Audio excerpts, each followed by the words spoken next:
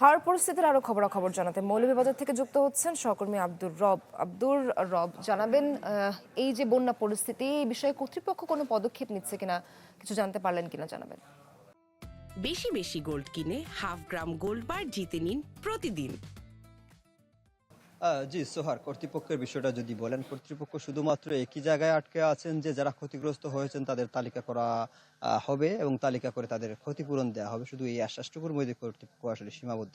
এবং আমরা যদি হাওরের চিত্র বলি, আসলে হাওরের চিত্র প্রতিনিয়ত আসলে এক ধরনের দুর্ভোগ এবং সংকটের দিকে যাচ্ছে এবং হাওরের যে ফসল হানিটা বেড়ে যাচ্ছে। আমি যদি একটু তথ্য দেই যে গতকালকে পর্যন্ত এই মৌলভীবাজারে হাওর অঞ্চলে 941 হেক্টর বুড়ো ফসল ক্ষতিগ্রস্ত হয়েছিল। সেই তথ্য আজকে এই ক্ষতির পরিমাণ বেড়ে 2160 হেক্টরে উন্নীত হয়েছে এবং গতকালকে পর্যন্ত ছিল 1432 হেক্টর নিমজ্জিত। আজকে এই সংখ্যাটা এসে দাঁড়িয়েছে 2882 হেক্টরে।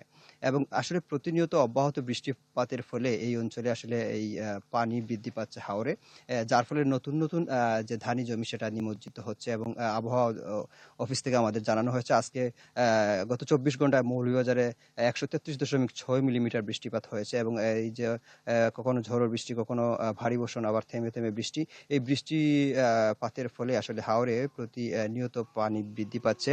এবং আরেকটি বিষয় হচ্ছে যে এই প্রতিনিয়ত বৃষ্টির ফলে এই যে ধানগুলো ইতিমধ্যে কৃষকরা কেটে নিয়ে এসেছিলেন সেই ধানগুলো শুকাতে পারছেন না। এবং আপনারা দেখতে পাচ্ছেন যে দিগন্ত বিস্তৃত যে ফসলের মাঠটি, সেখানে কৃষকরা কিন্তু নামতে পারছেন না। এর কারণ হচ্ছে অনেক পানি এই হাওরে, এবং পাশাপাশি যখন বৃষ্টি চলে আসে হাওরে তখন কিন্তু কৃষকরা উপরে চলে আসেন। একটা হচ্ছে যে বৃষ্টির কারণে, প্রবল বৃষ্টির কারণে ঠান্ডা, এবং আরেকটা হচ্ছে বজ্রপাতের ভয়। এই উভয় সংকট এবং ভয়ে নিয়ে আসলে কৃষকরা চলছেন এবং পাশাপাশি দুর্ভোগটা আসলে বেড়েই চলছে। সোহার।